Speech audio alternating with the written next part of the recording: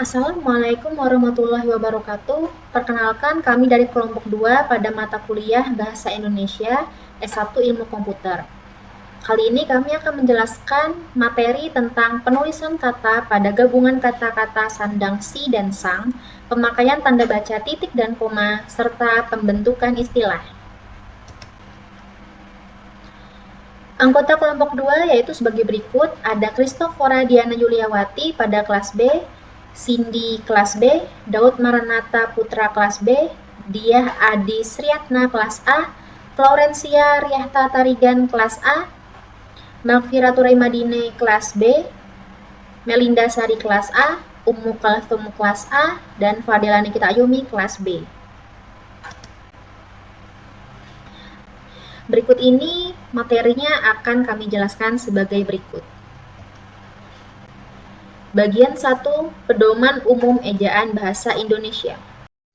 Nama saya Melinda Sari, NPM 007. Saya akan menjelaskan materi mengenai gabungan kata dan pemenggalan kata. Yang pertama yaitu gabungan kata. Gabungan kata adalah kata majemuk yang terdiri dari sejumlah kata yang digabungkan dan membentuk makna baru. Berdasarkan pengertian secara umum, kata gabungan adalah penyusunan dari kata berbeda yang umumnya terdiri dari dua kata sesuai dengan kaidah yang diatur di dalam PUEB atau Pedoman Umum Ejaan Bahasa Indonesia.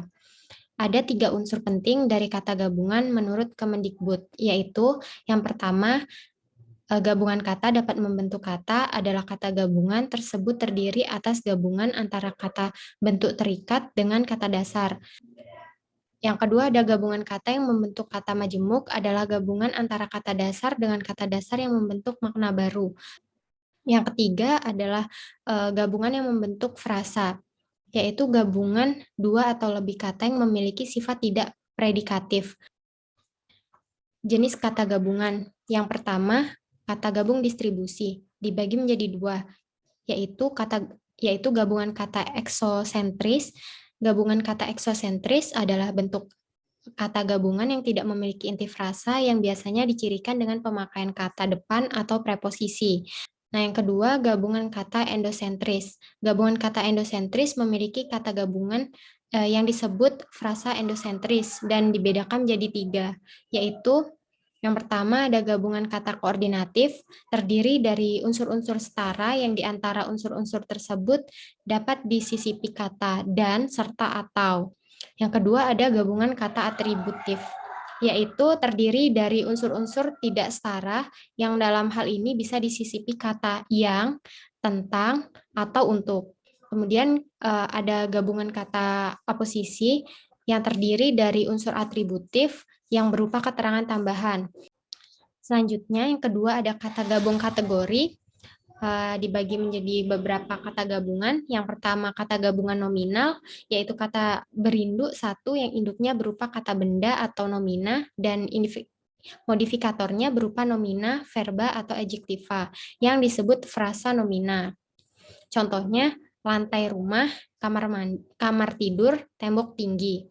Yang kedua kata gabungan adjektiva, yaitu kata berinduk satu yang induknya berupa kata kerja atau verba dan modifikatornya berupa partikel modal atau yang disebut sebagai frasa verbal.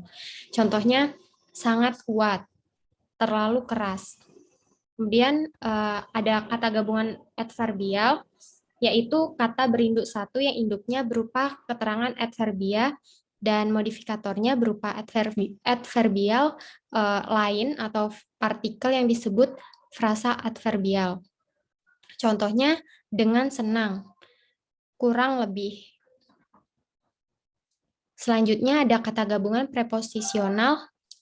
Jadi kata berinduk satu yang induknya berupa kata depan atau preposisi dan modifikatornya berupa nomina yang disebut frasa preposisional.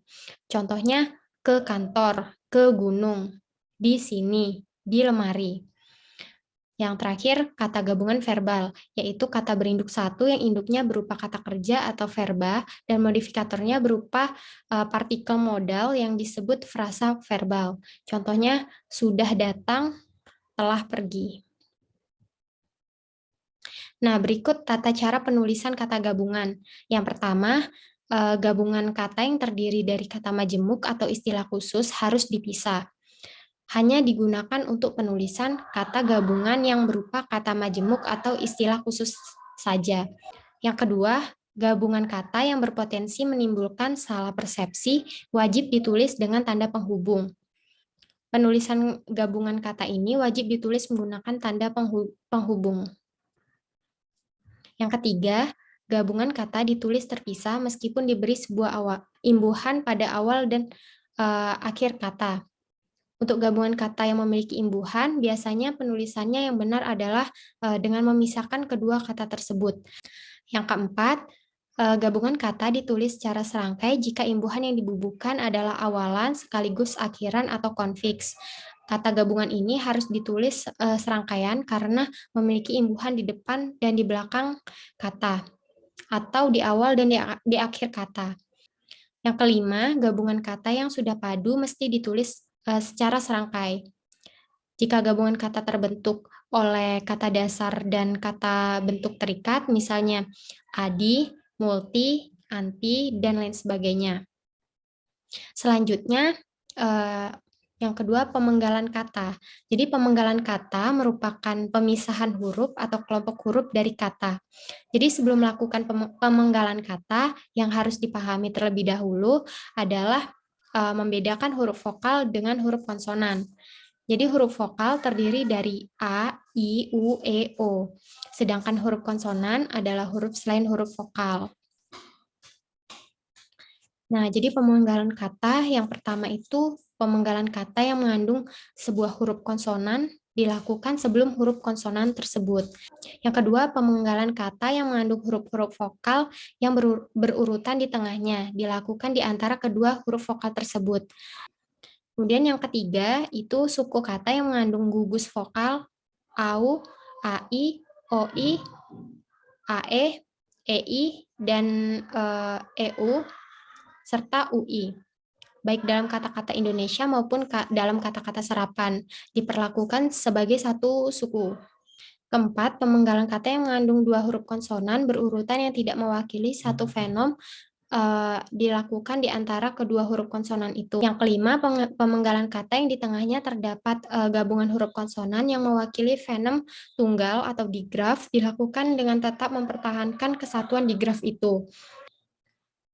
Yang keenam, pemenggalan kata yang mengandung 3 atau 4 huruf konsonan berurutan di tengahnya dilakukan di antara huruf konsonan pertama dan huruf konsonan kedua.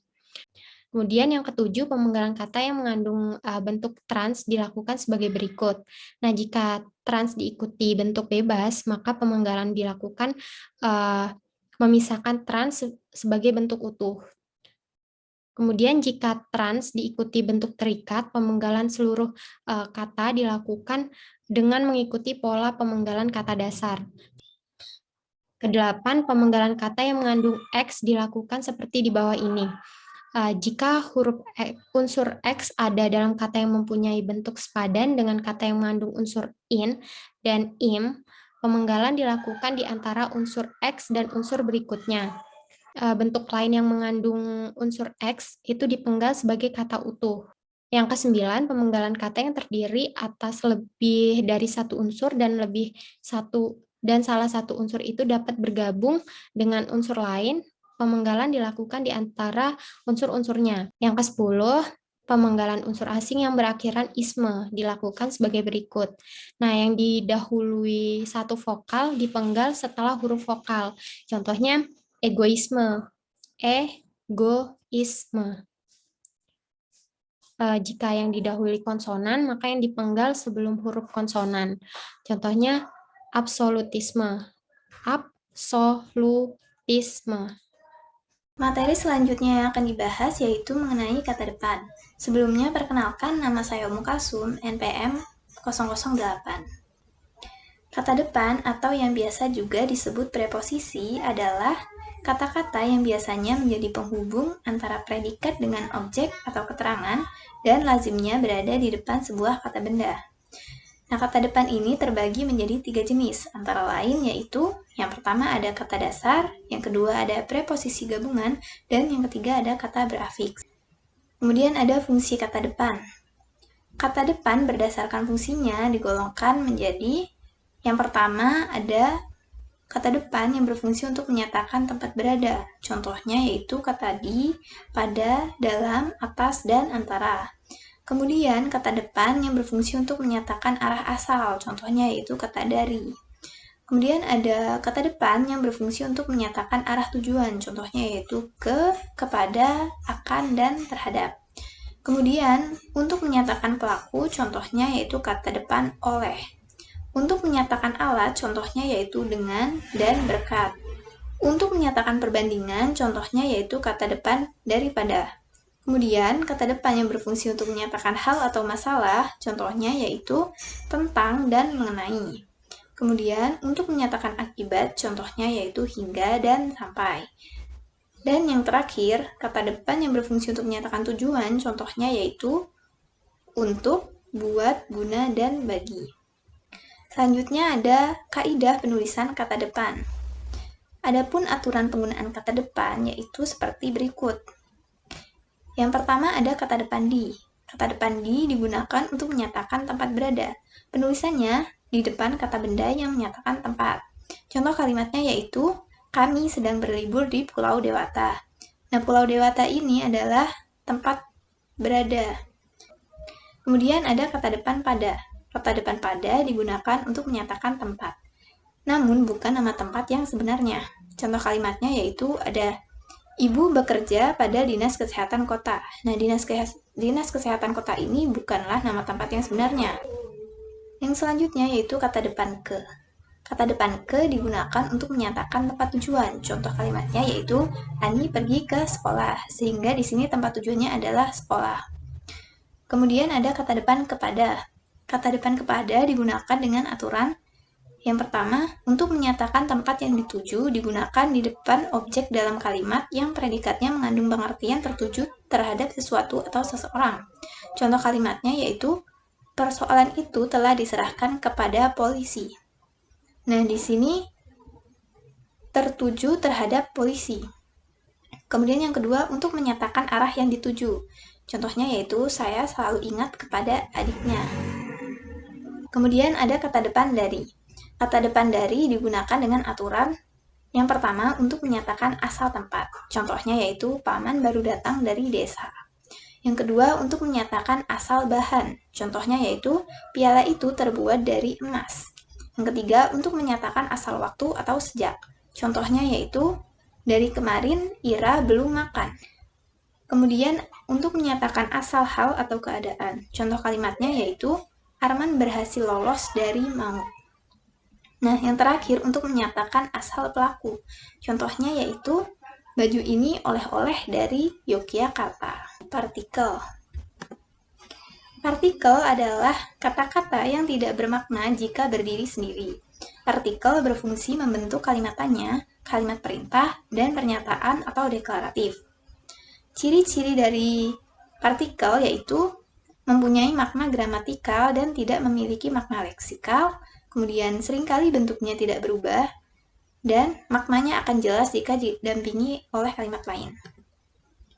Jadi jenis partikel. Berdasarkan peranannya, partikel dapat dibagi menjadi 5 subkelompok.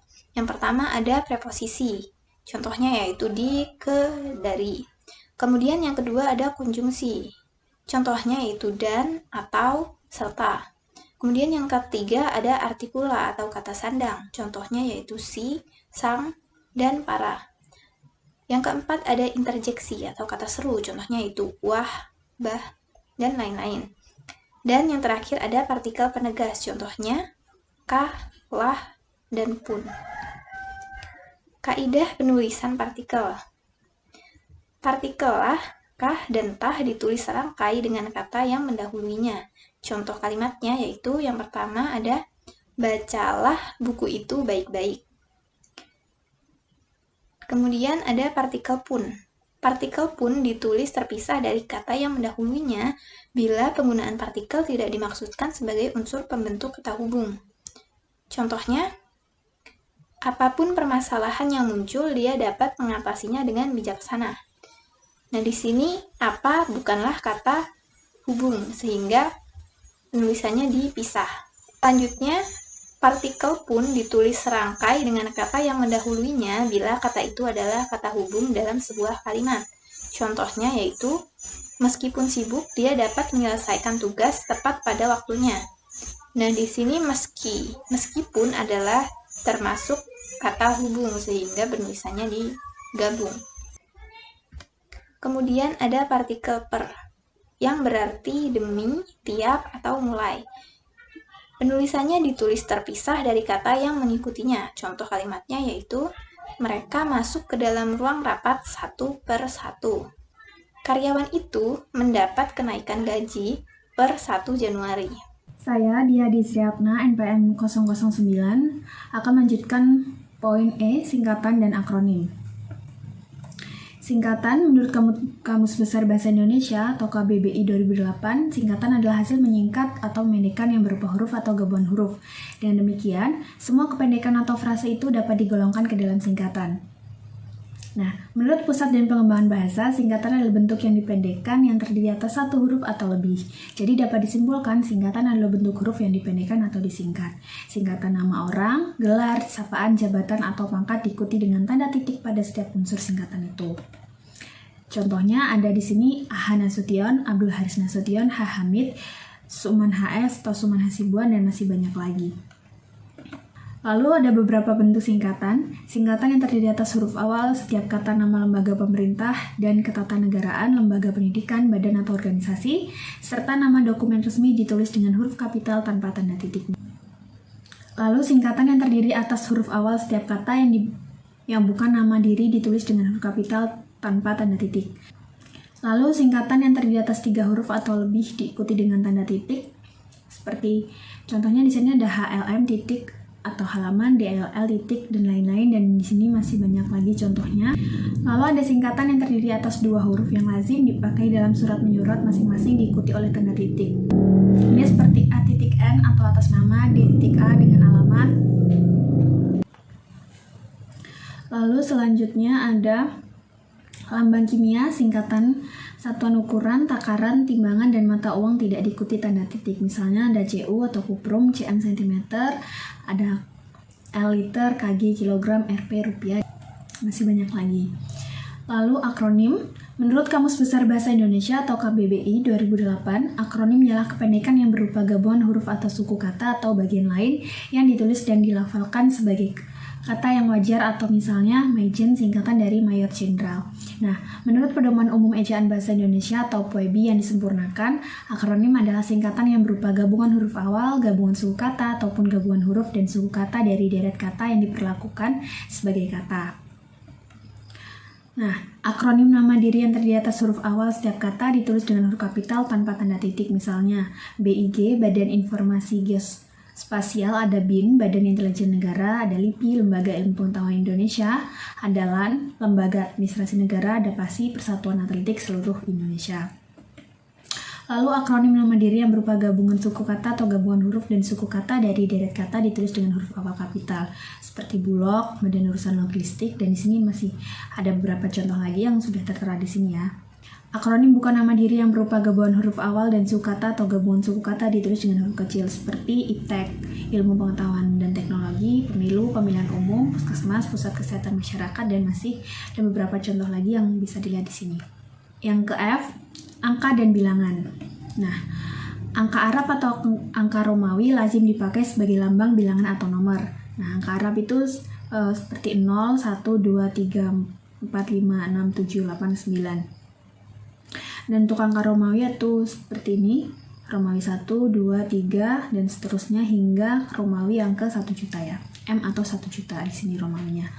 Lalu ada bilangan dalam teks yang dapat dinyatakan dengan 1 atau 2 kata ditulis dengan huruf, kecuali jika dipakai secara berurutan seperti dalam perincian. Misalnya, mereka menonton drama itu sampai 3 kali, koleksi perpustakaan itu lebih dari 1 juta buku, lalu bilangan pada awal kalimat ditulis dengan huruf, misalnya 50 ditulis dengan huruf ya, 50. Siswa teladan mendapat beasiswa dari lintas daerah dan 3 pemenang sayembara itu diundang ke Jakarta. Dengan catatan dengan penulisan 50 dan 3 ini tidak menggunakan angka. Nah, itu dihindari seperti contoh ini.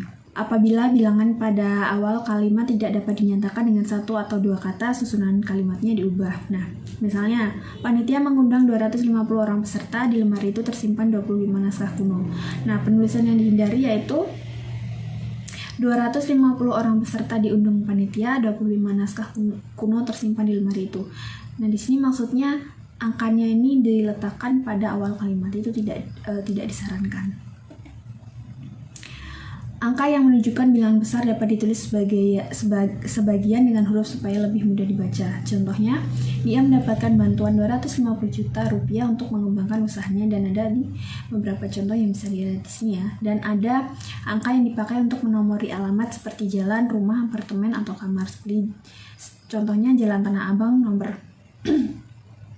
Jalan Tanah Abang 1 nomor 15 atau Jalan Tanah Abang 1/15. Dan ada beberapa contohnya di sini bisa kita lihat bersama-sama. Lalu angka dipakai untuk menyatakan ukuran panjang, berat, luas, isi, dan waktu serta nilai uang. Misalnya di sini ada 0,5 cm, 5 kg, 4 hektar, 10 liter, 2 tahun 6 bulan 5 hari, 1 jam 20 menit, ada 5.000 rupiah, ada US dollar. Di sini ya, bisa kita lihat di sini.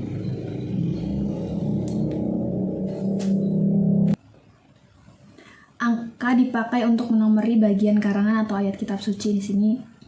Misalnya ada Markus 16 ayat 15 sampai 16. Lalu ada penulisan bilangan dengan huruf dilakukan sebagai berikut. Di pertama ada bilangan utuh, misalnya 12, 30, 5.000. Lalu ada bilangan pecahan, misalnya setengah atau 1/2, 1/16, 3/4, dan seterusnya. Penulisan bilangan tingkat dapat dilakukan dengan cara berikut. Misalnya di sini abad 20, abad ke-20, abad ke-20. Nah, di sini bisa kita lihat ya untuk cara penulisannya. Lalu ada penulisan angka yang mendapat akhiran an dilakukan dengan cara berikut. 5 lembar uang 1000-an dan tahun 1950-an uang 5.000-an. Nah, di sini an-nya ditulis di belakang angka ya. Lalu ada penulisan bilangan dengan angka dan huruf sekaligus dilakukan dalam peraturan perundang-undangan, akta, dan kwitansi. Lalu penulisan bilangan yang dilambangkan dengan angka dan diikuti huruf dilakukan sebagai berikut. Di sini ada contohnya, misalnya saya lampirkan tanda terima uang sebesar 900.500 rupiah 50 sen. Nah, lalu ada bilangan yang digunakan sebagai unsur nama geografi ditulis dengan huruf, misalnya Kelapa 2, Kotonan Ampek, Raja Ampat, Simpang 5, 3 Raksa. Saya Florencia Tarigan, NPM 011. Saat ini saya akan menjelaskan mengenai kata ganti ku, kau, ku, mu, dan nya. Kata ganti atau dalam pedoman umum bahasa Indonesia yang disebut dengan pronomina adalah jenis kata yang menggantikan nomina atau frasa nomina. Fungsi dari kata ganti itu sendiri adalah untuk mengganti penyebutan nama benda atau orang. Kata ganti ini membuat sebutannya ini lebih bersifat umum karena tidak menyebutkan nama benda atau orang yang dipanggil. Kata ganti dalam bahasa Indonesia itu ada dua, yaitu ada bentuk yang lengkap dan bentuk yang tidak lengkap. Untuk bentuk yang lengkap ini, kata gantinya itu seperti aku, saya, kita, kamu, engkau, dia, dan mereka. Untuk bentuk yang tidak lengkap itu, kata gantinya itu meliputi ku, mu, atau kau, dan nya. Untuk kata ganti yang tidak lengkap ini, ku ini untuk menggantikan aku, mu ini untuk menggantikan kamu, kemudian kau itu bentuk yang lengkapnya itu engkau, dan nya itu bentuk yang lengkapnya itu dia. Selanjutnya untuk kata ganti ku, kau, ku, mu, dan nya, khusus untuk kata ganti tersebut itu dapat ditulis itu menggunakan tanda hubung. Jika penulisannya itu digabung dengan bentuk singkatan atau yang diawali dengan huruf kapital. Atau bisa disimpulkan yang pertama, kata ganti ku dan kau ini ditulis serangkai dengan kata yang mengikutinya atau kata setelahnya.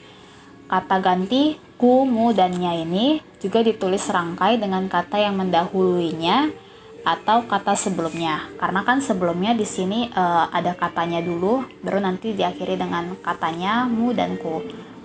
Kemudian khusus untuk kata ganti ku yang ada kata sebelumnya, mu dan nya itu dapat diberi tanda hubung jika penulisannya itu digabung dengan singkatan atau yang diawali dengan huruf kapital. Misalnya ada contoh sebagai berikut. Yang pertama itu, aku baru saja menemukan SIM-mu di bawah meja. Kata SIM-mu di sini itu mendefinisikan SIM kamu. Ini bisa ditulis menggunakan tanda hubung seperti yang syarat yang ketiga. Kata gantimu ini dapat kita beri dengan tanda hubung.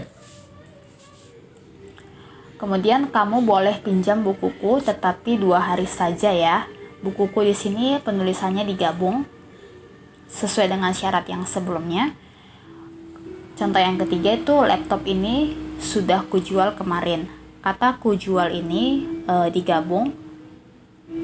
Selanjutnya, sepatu ini boleh kau pinjam. Memang dari kita kebanyakan menulis kau pinjam ini dipisah, tapi menurut pedoman umum bahasa Indonesia, kata kau pinjam ini harus digabung, karena kata ganti yang sebelumnya ini ditulis serangkai dengan kata yang mengikutinya atau kata setelahnya. Kemudian mainan ini miliknya. Kata miliknya ini menggunakan kata gantinya yang artinya milik dia. Kemudian contoh yang terakhir ini ada rumahnya sedang diperbaiki. Kata rumahnya ini menggunakan kata gantinya juga sama dengan contoh kelima. Ini penulisannya digabung yang menandakan itu artinya rumah dia. Lalu ada beberapa penggunaan yang salah yang sering kali kita gunakan. Adapun beberapa catatannya itu bahwa pengganti kau ini tidak berlaku pada penulisan 2 kata berikut. Karena kan tadi sebelumnya ada contoh yang kau pinjam ini harus digabung. Tidak boleh dipisah seperti ini yang menandakan bahwa dia itu adalah sebuah subjek. Jadi penulisan kata kau di sini untuk kalimat yang pertama, setelah mengerjakan tugas itu kau boleh pulang nanti. Jadi setelah mengerjakan tugas itu kan formulanya itu kan keterangan. Kau di sini sebagai subjek, boleh pulang itu sebagai predikat, dan nanti itu sebagai keterangan. Sama halnya dengan kalimat yang kedua, kau akan mendapatkan hadiah itu kalau nilai rapormu bagus. Posisi kau di sini itu sebagai subjek, akan mendapatkan itu sebagai predikat, hadiah itu sebagai objek, kalau nilai raportmu bagus itu sebagai keterangan. Jadi kata ganti kau ini tidak berlaku dalam kedua kalimat tersebut. Karena fungsi kata ganti kau ini seharusnya itu tidak mengandung formula keterangan di awal kalimat. Ini, dia kan sudah di awal kalimat itu sudah keterangan gitu kan. Sementara penggunaan kata ganti kau ini hanya berlaku pada formula keterangan, dia diikuti dengan predikat atau subjek di awal kalimat. Jadi kan kau di sini dia diikuti keterangan, itu tidak boleh, tidak diizinkan. Selanjutnya untuk kau yang kalimat kedua itu dia berlaku sebagai subjek, itu juga tidak diizinkan. Yang diizinkan itu penggunaan kata kau ini diikuti dengan predikat. Seperti contohnya pada kalimat kau ambilkan titipan itu minggu depan. Kata kau di sini dia diikuti dengan predikat, berarti diizinkan. Titipan itu dia sebagai subjek dan minggu depan dia sebagai keterangan. Selanjutnya saya akan menjelaskan mengenai kata sandang, si, dan sang. Apa itu kata sandang? Kata sandang ini merupakan kata yang menjadi pelengkap dan penjelas kata lain. Kata sandang ini tidak memiliki makna sendiri atau arti sendiri dan selalu ditulis berdampingan dengan kata lain. Penulisan kata sandang dalam bahasa Indonesia menurut pedoman umum ejaan bahasa Indonesia terdiri dari kata si dan sang. Penggunaan kata si dan sang ditulis terpisah dari kata yang mengikutinya. Untuk penulisan kata sandang si dan sang ini berbeda penggunaannya. Untuk kata si ini lebih dipakai untuk di depan nama diri yang memiliki konotasi akrab atau kurang hormat, seperti untuk nama panggilan ataupun nama pujian, dan juga bisa sebagai ejekan. Sementara kata sang ini dalam pedoman umum ejaan bahasa Indonesia ini memiliki fungsi yang kurang lebih sama, namun ini dipakai untuk mengedepankan nama orang, binatang, ataupun benda yang dianggap hidup atau dimuliakan. Contoh penggunaan kata sandang itu, misalnya dalam kalimat yang pertama, surat itu dikembalikan kepada si pengirim. Di sini menggunakan kata sandang si, karena ini lebih identik ke panggilan. Panggilan itu pengirim, orang yang mengirim. Untuk contoh yang kedua, toko itu memberikan hadiah kepada si pembeli. Di sini juga menggunakan kata sandang si, karena pembeli itu lebih identik kepada panggilan, yaitu orang yang membeli. Untuk kata yang ketiga, ibu itu menghadiahi sang suami kemeja batik. Di sini menggunakan kata sandang sang, karena suami itu lebih identik kepada orang yang dimuliakan ya, atau mengedepankan nama depan orang. Untuk yang contoh yang keempat itu, sang adik mematuhi nasihat sang kakak. Di sini juga menggunakan kata sandang sang, karena kakak ini juga merupakan benda yang hidup juga, dan dia juga orang yang derajatnya bisa dibilang lebih tinggi daripada sang adik gitu. Harimau itu marah sekali kepada sang kancil. Di sini juga menggunakan kata sandang sang, karena kancil itu merupakan nama hewan. Kata sandang juga bisa ditulis dengan menggunakan huruf kapital sebagai pengganti sifat Tuhan. Misalnya, untuk kata yang pertama, kita harus berserah diri kepada Sang Pencipta. Ini pencipta di sini juga kita tulis dengan huruf kapital ya, karena ini pencipta ini merupakan sifat Tuhan, dan juga sang ini kita tulis juga dengan huruf kapital. Untuk contoh yang kedua, pura dibangun oleh umat Hindu untuk memuja Sang Hyang Widiwasa. Di sini juga kita menggunakan kata ganti sang, karena Hyang Widiwasa itu salah satu dewa umat Hindu. Jadi itu juga menunjukkan sifat-sifat Tuhan ya pastinya. Jadi sang ini kita tulis menggunakan huruf kapital. Saya, Maufira Tremaldinai, dengan NPM 021 akan menjelaskan mengenai pemakaian tanda baca, yaitu tanda titik dan tanda koma.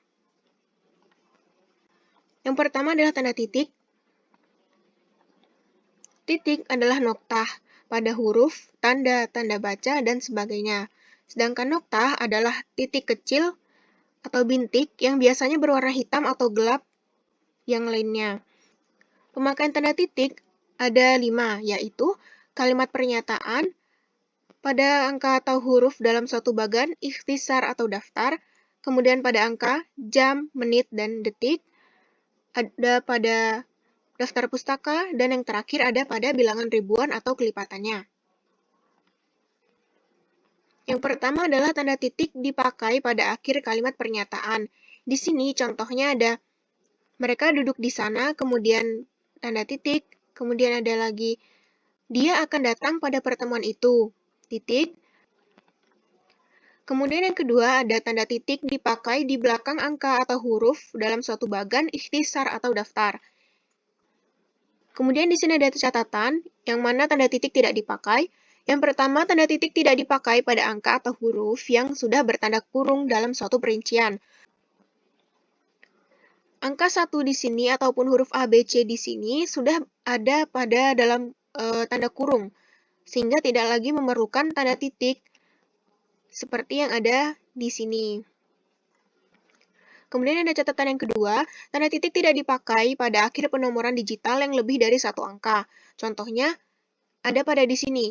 1.1 tidak diakhiri dengan tanda titik, 1.2.1 juga tidak diakhiri dengan tanda titik. Yang ketiga, tanda titik tidak dipakai di belakang angka atau angka terakhir dalam penomoran deret digital yang lebih dari satu angka dalam judul tabel, bagan, grafik, atau gambar. Yang ketiga, tanda titik dipakai untuk memisahkan angka, jam, menit, dan detik yang menunjukkan waktu atau jangka waktu. Kemudian yang keempat, tanda titik dipakai dalam daftar pustaka di antara nama penulis, tahun, judul tulisan, yang tidak berakhir dengan tanda tanya atau tanda seru, dan tempat terbit. Yang kelima, tanda titik dipakai untuk memisahkan bilangan ribuan atau kelipatannya yang menunjukkan jumlah. Di sini ada catatan. Yang pertama, tanda titik tidak dipakai untuk memisahkan bilangan ribuan atau kelipatannya yang tidak menunjukkan jumlah. Contohnya, di sini ada pada tahun, nomor rekening, dan nomor telepon. Yang kedua, tanda titik tidak dipakai pada akhir judul yang merupakan kepala karangan, ilustrasi, atau tabel. Yang ketiga, tanda titik tidak dipakai di belakang A. Alamat penerima dan pengirim surat, serta B. Tanggal surat. Contohnya, ada pada di sini. Yang kedua adalah tanda koma.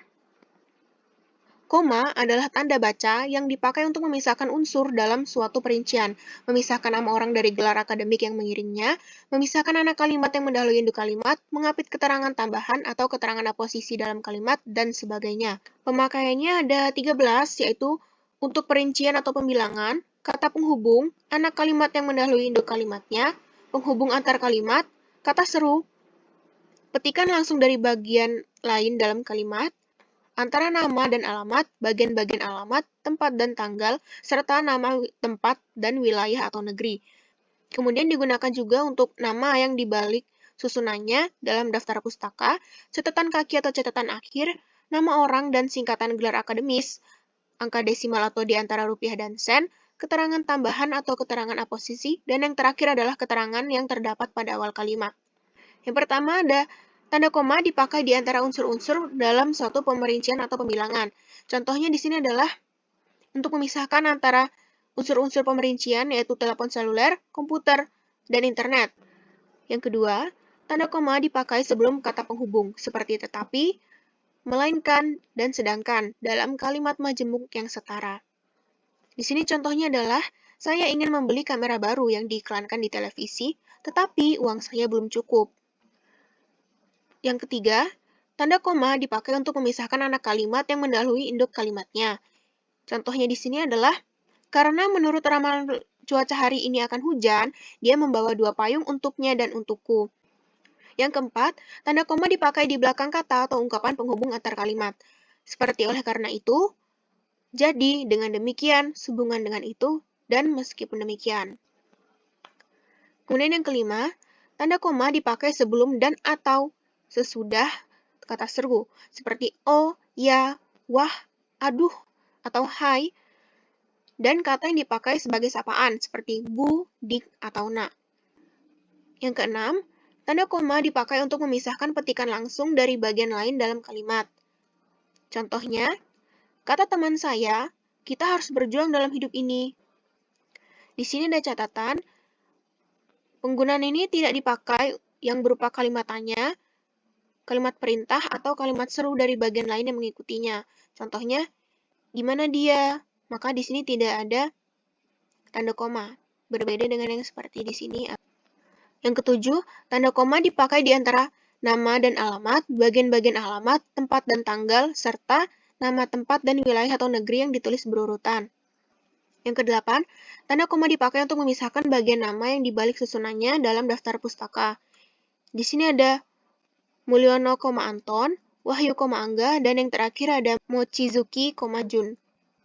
Yang kesembilan, tanda koma dipakai di antara bagian-bagian dalam catatan kaki atau catatan akhir. Tanda koma berada di bagian sini. Dia memisahkan antara nama dengan judul dari buku, kemudian memisahkan antara nama penerbit dan tahun terbitan, juga memisahkan untuk halaman. Yang ke-10, tanda koma dipakai di antara nama orang dan singkatan gelar akademis yang mengikutinya, untuk membedakan dari singkatan nama diri, keluarga, atau marga. Di sini ada contohnya yaitu Nyonya Khadijah, MA, dan Adlan, MA, MA. Yang membedakan dua contoh ini adalah, MA pada bagian Adlan merupakan singkatan dari nama diri, yaitu Mariga Adana. Dan tanda koma di sini berfungsi untuk memisahkan, untuk memberitahukan bahwa yang ada di sini adalah nama diri, dan yang ada di sini adalah nama gelar akademis. Yang ke-11, tanda koma dipakai sebelum angka desimal atau di antara rupiah dan sen yang dinyatakan dengan angka. Yang ke-12, tanda koma dipakai untuk mengapit keterangan tambahan atau keterangan aposisi. Contoh di sini adalah, di daerah kami, misalnya, masih banyak bahan tambang yang belum diolah. Keterangan tambahan atau keterangan aposisi di sini adalah pada bagian ini, yang diapit oleh tanda koma. Kemudian yang ke-13, tanda koma dapat dipakai di belakang keterangan yang terdapat pada awal kalimat untuk menghindari salah baca atau salah pengertian. Baik, saya Christopher Diana Yuliawati dengan NPM 026. Di sini lanjut ke bagian yang kedua untuk pedoman umum pembentukan istilah. Yang pertama di sini ada ketentuan umum atau beberapa konsep dasar yang digunakan dalam pembentukan istilah. Yang pertama di sini ada definisi dari istilah. Nah, istilah ini dalam bahasa Indonesia ialah kata atau gabungan kata yang dengan cermat mengungkapkan konsep, proses, keadaan, atau sifat yang khas dalam bidang tertentu. Kemudian ada juga tata istilah dan tata nama. Nah, tata istilah ini ialah perangkat peraturan pembentukan istilah dan kumpulan istilah yang dihasilkannya. Sedangkan untuk tata nama istilah ini ialah perangkat peraturan penamaan beberapa cabang ilmu seperti kimia dan biologi beserta kumpulan nama yang dihasilkannya. Selanjutnya ada istilah khusus dan istilah umum. Baik, untuk istilah khusus ini ialah istilah yang pemakaiannya dan atau maknanya terbatas pada suatu bidang tertentu. Sedangkan istilah umum ini ialah istilah yang menjadi unsur bahasa yang digunakan secara umum. Contoh, untuk istilah khusus itu ada diagnosis, pidana. Sedangkan untuk istilah umum, ini ada daya penilaian. Selanjutnya ada kata dasar peristilahan. Untuk kata dasar peristilahan ini ialah bentuk bahasa yang dipakai sebagai istilah dengan tidak mengalami penurunan bentuk atau yang dipakai sebagai alas istilah yang berbentuk turunan.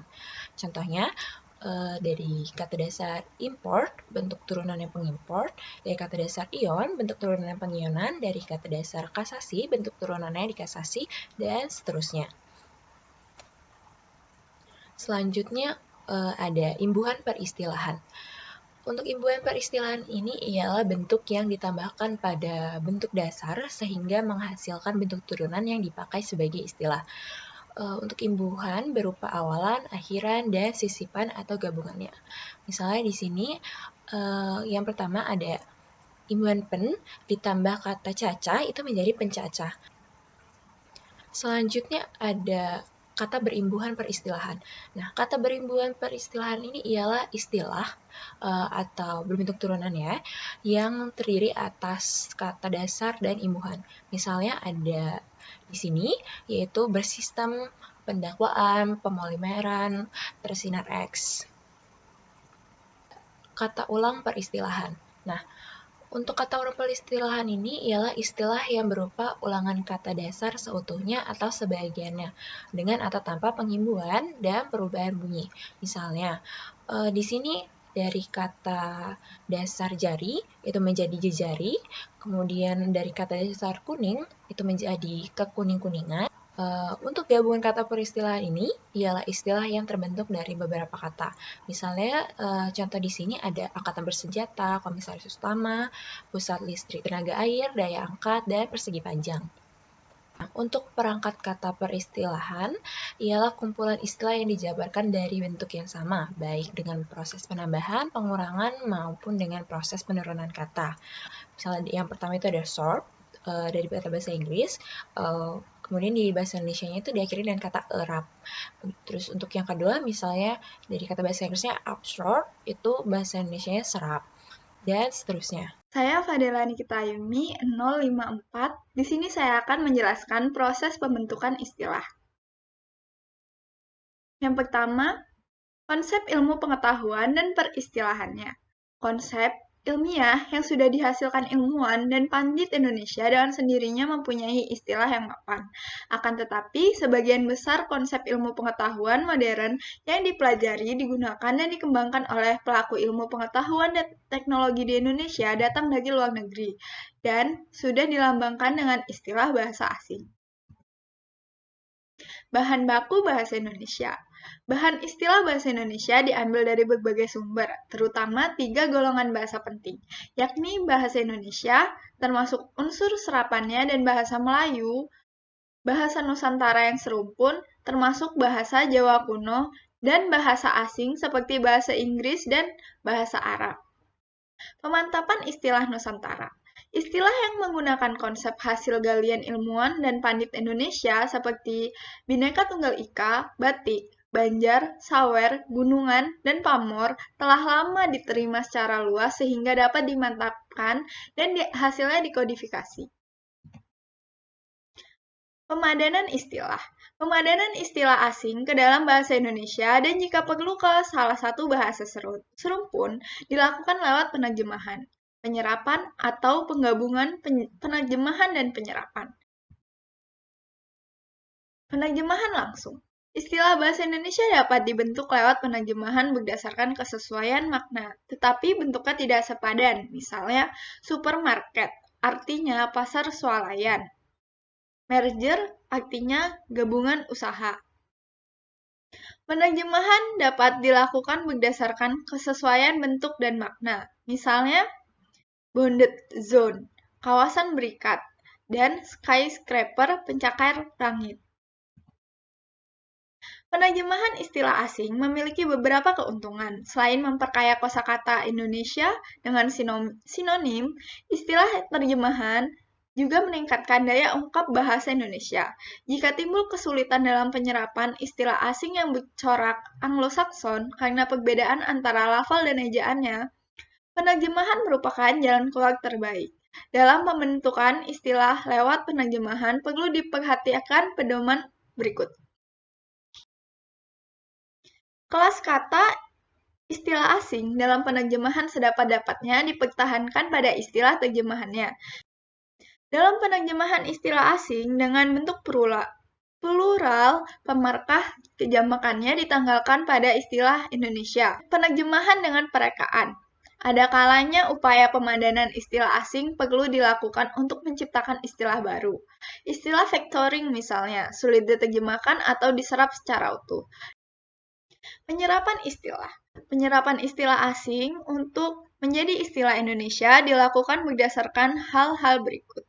Istilah asing yang akan diserap meningkatkan ketersalinan bahasa asing dan bahasa Indonesia secara timbal balik, atau intertranslability. Mengingat keperluan masa depan. Istilah asing yang akan diserap mempermudah pemahaman teks asing oleh pembaca Indonesia karena dikenal lebih dahulu. Istilah asing akan diserap lebih ringkas dibandingkan dengan terjemahan Indonesianya. Istilah asing yang akan diserap mempermudah kesepakatan antar pakar jika padanan terjemahannya terlalu banyak sinonimnya. Istilah asing yang akan diserap lebih cocok dan tepat karena tidak mengandung konotasi buruk. Penyerapan istilah.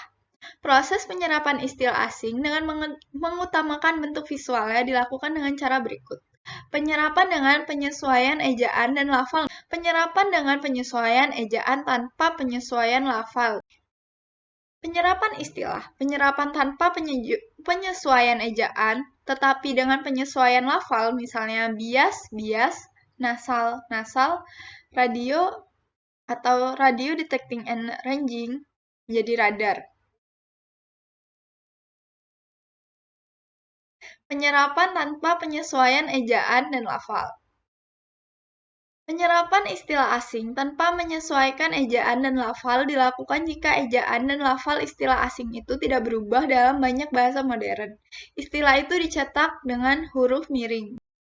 Penyerapan istilah tanpa penyesuaian ejaan dan lafal dilakukan jika istilah itu juga dipakai secara luas dalam kosakata umum.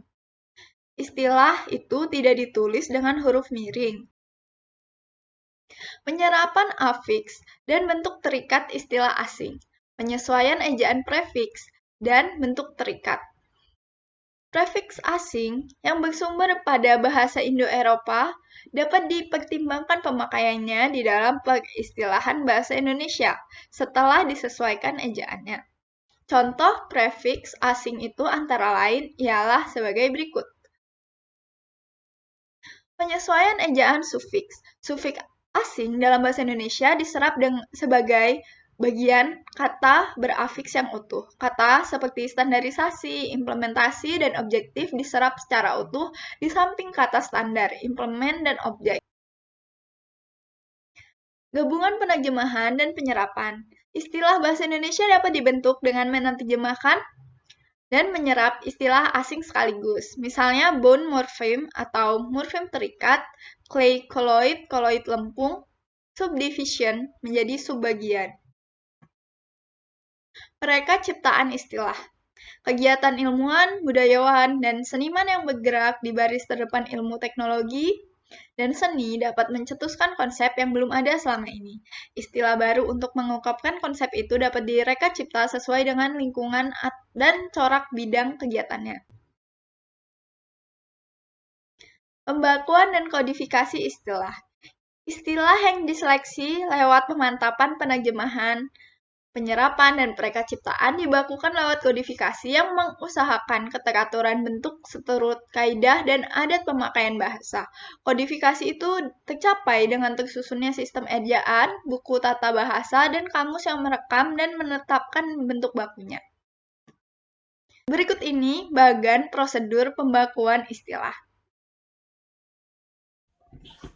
Saya Daud Maranatha Purba, NPM 042, kelas B, dan saya akan menjelaskan tentang aspek tata bahasa peristilahan. Istilah bentuk dasar.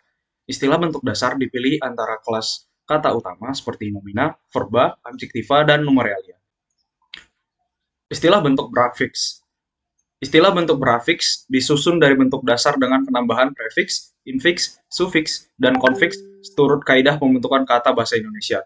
Nah, untuk istilah bentuk brafiks terbagi menjadi 4. Yang pertama itu ada paradigma bentuk berafiks ber, yang kedua paradigma bentuk berafiks meng, yang ketiga paradigma bentuk berkonfiks ke an, dan yang keempat paradigma bentuk berinfiks dan in. Nah, yang pertama kita akan membahas mengenai yang berafiks ber. Di sini contohnya ada bertani, yang kedua ada belajar, dan yang ketiga ada berubah. Nah, istilah berafiks petani, pelajar, peubah, yang mengacu pada pelaku ataupun alat. Dan untuk pertanian, pelajaran, perubahan, itu mengacu kepada hal, keadaan, ataupun tempat yang dibentuk dari verba bertani, belajar, berubah, yang berasal dari bentuk dasar kata tani, ajar, dan ubah. Istilah bentuk berafiks yang meng. Untuk contohnya di situ saya membuat ada 4. Untuk istilah berafiks penulis, pengubah, pembesar, pengajar, yang mengacu pada pelaku ataupun alat. Nah, untuk penulisan, pengubahan, pengajaran, itu mengacu kepada proses atau perbuatan serta tulisan. Ubahan, besaran, ajaran, mengacu kepada hasil yang dijabarkan dari verba menulis, mengubah, membesarkan, mengajar, yang berasal juga dari kata dasar tulis, ubah, besar, dan ajar. Istilah bentuk berafiks ke an, yang pertama contohnya itu ada kesaksian, yang kedua kebermaknaan, yang ketiga keterpurukan, yang keempat keseragaman. Istilah berkonfiks ke an yang mengacu kepada suatu hal ataupun keadaan dibentuk dari pangkal yang berupa berbentuk dasar ataupun bentuk yang berprefiks ber, ter, se, seperti saksi, bermakna, terpuruk, dan seragam. Nah, yang selanjutnya ada contoh untuk bentuk berafiks dan in. Di sini untuk contohnya saya melampirkan ada 8. Istilah berinfiks in seperti serabut, gerigi, telunjuk, gelembung, kemelut, gemetar, kinerja, sinambung, mengacu kepada jumlah kemiripan ataupun hasil yang dibentuk dari kata dasar sabut, gigi, tunjuk, gelembung, kelut, getar, kerja, dan sambung. Nah, untuk bentuk ulang utuh mengacu kepada kemiripan yang dapat dilihat pada contoh-contoh berikut. Untuk contohnya yang pertama ada ubur-ubur, yang kedua undur-undur, yang ketiga paru-paru, yang keempat kanak-kanak. Istilah bentuk ulang suku awal atau dipurwa dibentuk melalui pengulangan konsonan awal dengan penambahan pepet dapat dilihat pada contoh berikut. Nah, untuk yang pertama ada laki menjadi lelaki, yang kedua ada tangga menjadi tetangga, yang ketiga ada jaring menjadi jaring, yang keempat rata menjadi merata. Istilah bentuk ulang dengan afiksasi dibentuk melalui paradigma berikut. Nah, untuk contohnya ada 3 saya lampirkan. Nah, untuk istilah bentuk ulang dedaunan, pepohonan, rerumputan, mengacu ke berbagai macam keanekaan dibentuk dari dasar daun, pohon, dan rumput yang mengalami perulangan.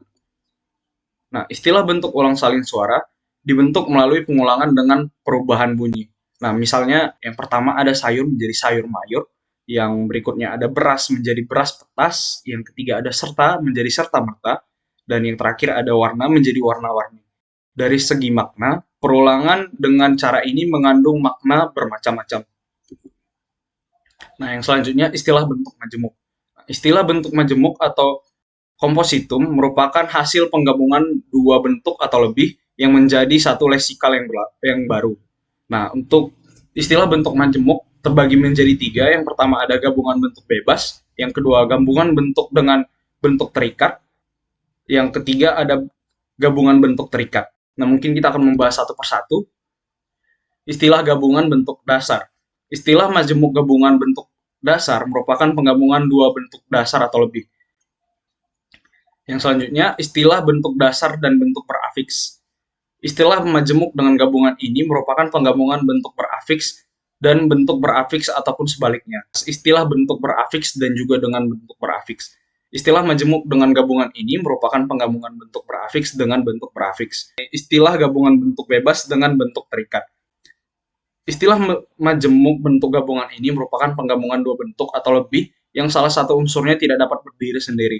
Ada sejumlah bentuk terikat yang dapat digunakan dalam pembentukan istilah yang berasal dari bahasa Jawa kuno ataupun bahasa Melayu. Sementara itu, bentuk terikat yang berasal dari bahasa asing barat dengan beberapa pengecualian langsung diserap bersama-sama dengan kata lain yang mengikutinya. Contoh gabungan bentuk bahasa asing barat dengan kata Melayu Indonesia. Nah, untuk gabungan bentuk bebas dan bentuk terikat seperti dengan akhiran wan dan akhiran wati dapat dilihat pada contoh berikut. Contohnya yang pertama ada ilmuwan, yang berikutnya ada seniwati, yang selanjutnya ada maha kuasa. Istilah gabungan bentuk terikat. Istilah majemuk bentuk gabungan ini merupakan penggabungan bentuk terikat dan bentuk terikat itu ditulis serangkai, tidak diberi dengan tanda hubung. Istilah bentuk analogi. Istilah bentuk analogi berpolak dari pola bentuk istilah yang sudah ada, seperti berdasarkan pola bentuk pegulat, tata bahasa, juru tulis, pramugari. Dengan pola analogi pada istilah tersebut dibentuk dengan istilah lain. Istilah hasil meta-analisis terbentuk melalui analisis unsur yang keliru. Contohnya adalah kata mupakat ataupun mufakat diuraikan menjadi mu dan pakat, lalu ada kata sepakat. Dan yang kedua, kata dasar perinci disangka terdiri atas pe dan rinci sehingga muncul istilah rinci dan rincian. Istilah bentuk singkatan. Nah, untuk yang pertama, istilah bentuk singkatan terdiri dari 1 huruf atau lebih yang dilisankan sesuai dengan bentuk istilah lengkapnya. Istilah yang kedua, istilah yang bentuk tulisannya terdiri atas 1 huruf atau lebih yang lazim dilisankan dengan huruf demi huruf.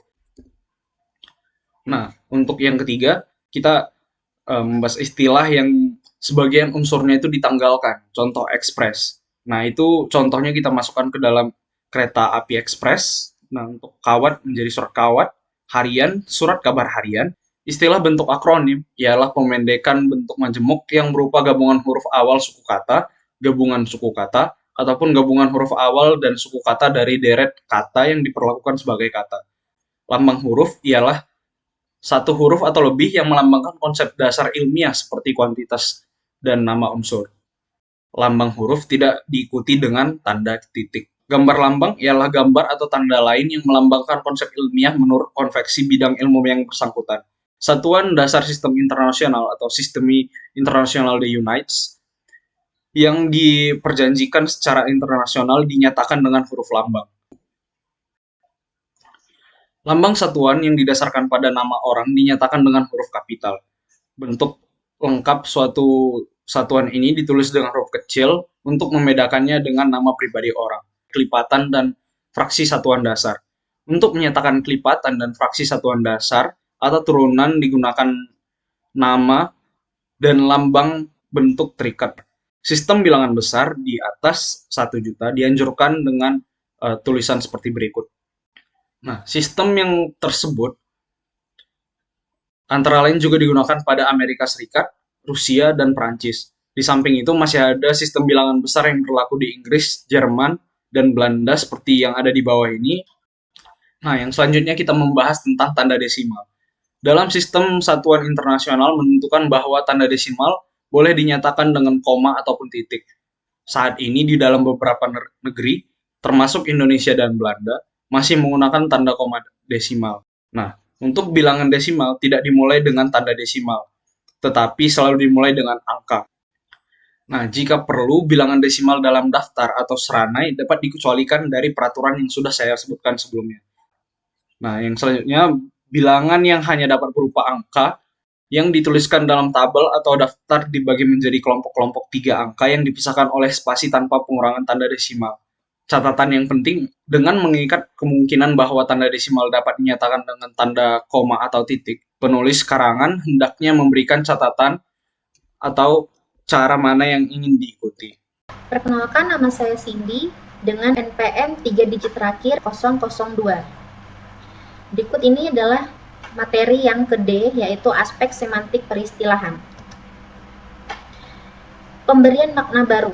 Istilah baru dapat dibentuk lewat penyempitan dan perluasan makna kata yang lazim dan yang tidak lazim.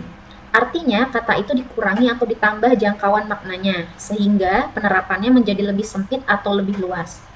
Nah, di sini akan dibagi dua, yaitu yang pertama penyempitan makna dan yang kedua yaitu adalah perluasan makna. Yang pertama, ini adalah penyempitan makna, di mana kata gaya yang mempunyai makna kekuatan dipersempit maknanya menjadi dorongan atau tarikan yang akan menggerakkan benda bebas atau terikat, dan menjadi istilah baru untuk padanan istilah Inggris force. Lalu yang kedua, pada perluasan makna ini, kata garam yang semula bermakna garam dapur atau NaCl diperluas maknanya sehingga mencakupi semua jenis senyawaan dalam bidang kimia. Lalu ada istilah sinonim. Dua istilah atau lebih yang maknanya sama atau mirip tetapi bentuknya berlainan disebut sinonim. Di antara istilah sinonim itu salah satunya ditentukan sebagai istilah baku atau yang diutamakan. Misalnya gulma sebagai padanan wit lebih baik daripada tumbuhan pengganggu. Meskipun begitu, istilah sinonim dapat dipakai di samping istilah baku yang diutamakan. Misalnya yang pertama absorb, serapnya absorb. B, acceleration, percepatannya artinya percepatan, dan itu dijadikan sinonimnya atau istilah bakunya akselerasi. Nah, berikut kelompok istilah sinonim yang menyalahi asas penamaan dan pengistilahan.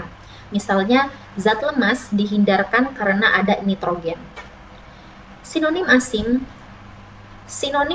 yang benar-benar sama diterjemahkan dengan satu istilah Indonesia. Misalnya yang pertama average, mean, rata-rata atau rata, purata.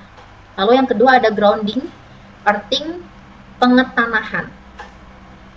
Nah, lalu sinonim asing yang hampir bersamaan sedapat-dapatnya diterjemahkan dengan istilah yang berlainan. Misalnya yang pertama aksiom atau sama dengan aksioma. Lalu yang kedua ada law, yaitu hukum, dan C, postulate atau postulat. Lalu istilah homonim. Istilah homonim ini berupa dua istilah atau lebih yang sama ejaan dan lafalnya, tetapi maknanya berbeda karena asalnya berlainan. Istilah homonim dapat dibedakan menjadi homograf dan homofan. Yang pertama itu ada homograf. Istilah homograf ialah istilah yang sama ejaannya tetapi beda lafalnya. Misalnya, pedologi, yaitu paido, ilmu tentang hidup dan perkembangan anak. Pedologi, ada pedon, ilmu tentang tanah, teras inti, dan juga ada teras lantai datar di muka rumah. Lalu yang kedua, homofon. Istilah homofon ialah istilah yang sama lafalnya tetapi berbeda ejaannya. Misalnya, bank dengan bank, massa dengan massa, sanksi dengan sanksi. Ada sanksi yang pakai K dan juga ada yang sanksi pakai G. Lalu istilah polisem. Ini adalah bentuk yang memiliki makna ganda yang bertalian. Contohnya, kata kepala atau orang, bagian teratas, dipakai dalam kepala atau jawatan. Lalu juga ada kepala dalam kurung sarung. Bentuk asing yang sifatnya polisem diterjemahkan sesuai dengan arti dalam konteksnya. Karena medan makna yang berbeda, suatu istilah asing tidak selalu berpadanan dengan kata Indonesia yang sama. Misalnya, yang pertama ada cushion head, topi atau tiang pancang. Lalu juga ada head, gate, itu adalah pintu air di atas. Nah, lalu juga ada yang kedua ini, detonating atau fase, yaitu sumbu atau ledak, dan juga lain sebagainya. Istilah hiponim ialah bentuk yang maknanya terangkum dalam hiperonim atau subordinatnya atau superordinatnya yang mempunyai makna yang lebih luas. Kata mawar, melati, cempaka, misalnya masing-masing disebut hiponim terhadap kata bunga yang menjadi hiperonim atau superordinatnya. Di dalam terjemahan, hiperonim atau superordinat pada umumnya tidak disalin dengan salah satu hiponimnya, kecuali jika dalam bahasa Indonesia tidak terdapat istilah superordinatnya. Misalnya, makhluk, yaitu di bawahnya ada manusia, tumbuhan, hewan. Lalu hewan di bawahnya ada mamalia, unggas, dan melata. Lalu unggas di bawahnya ada ayam, bebek, burung. Ini adalah bagian contoh hiponim. Lalu ada istilah taksonim. Ini ialah hiponim dalam sistem klasifikasi konsep bawahan dan konsep atasan yang bertingkat-tingkat. Kumpulan taksonim membangun taksonomi sebagaimana takson membangun taksonomi. Ada yang dimaksud dengan hubungan antara kelas atasan dan kelas bawahan dalam taksonomi makhluk. Ialah hubungan makhluk dengan bakteri, hewan, dan tumbuhan. Atau hubungan hewan dengan mamalia, burung, ikan, dan serangga. Sementara itu, hubungan kelas bawahan dan kelas atasan ialah hubungan bakteri, hewan, dan tumbuhan dengan makhluk atau hubungan mamalia, burung, ikan, dan serangga dengan hewan. Lalu berikutnya ada istilah meronim. Ialah istilah yang maujud atau entity yang ditunjuknya merupakan bagian dari maujud lain yang menyeluruh. Istilah yang menyeluruh itu disebut holonim. Kata yang mengandung makna keseluruhan yang memiliki kedudukan lebih tinggi daripada kata bagiannya atau makna keseluruhan dianggap meliputi makna bagian. Contohnya seperti kata tubuh, mengandung makna keseluruhan yang mencakupi makna dada, lengan, dan tungkai. Hubungan antara tubuh dan bagiannya disebut hubungan kemeroniman. Hubungan kemeroniman dibedakan atas hubungan tubuh dengan bagiannya, hubungan kumpulan dengan anggotanya, serta hubungan antara massa dengan unsurnya. Tubuh adalah keseluruhannya yang terjadi dari keutuhan seluruh bagiannya. Kumpulan adalah keseluruhan yang terjadi dari gabungan seluruh anggotanya. Massa merupakan keseluruhan yang terjadi dari peleburan seluruh unsurnya. Dari kami kelompok 2, jikalau ada salah kata kami minta maaf dan mohon ampun terhadap Allah Subhanahu wa taala. Jikalau ada pertanyaan, kritik, ataupun saran yang baik untuk kami, silahkan tulis pada kolom komentar di bawah ini. Sekian dan terima kasih, kami akhiri. Wassalamualaikum warahmatullahi wabarakatuh.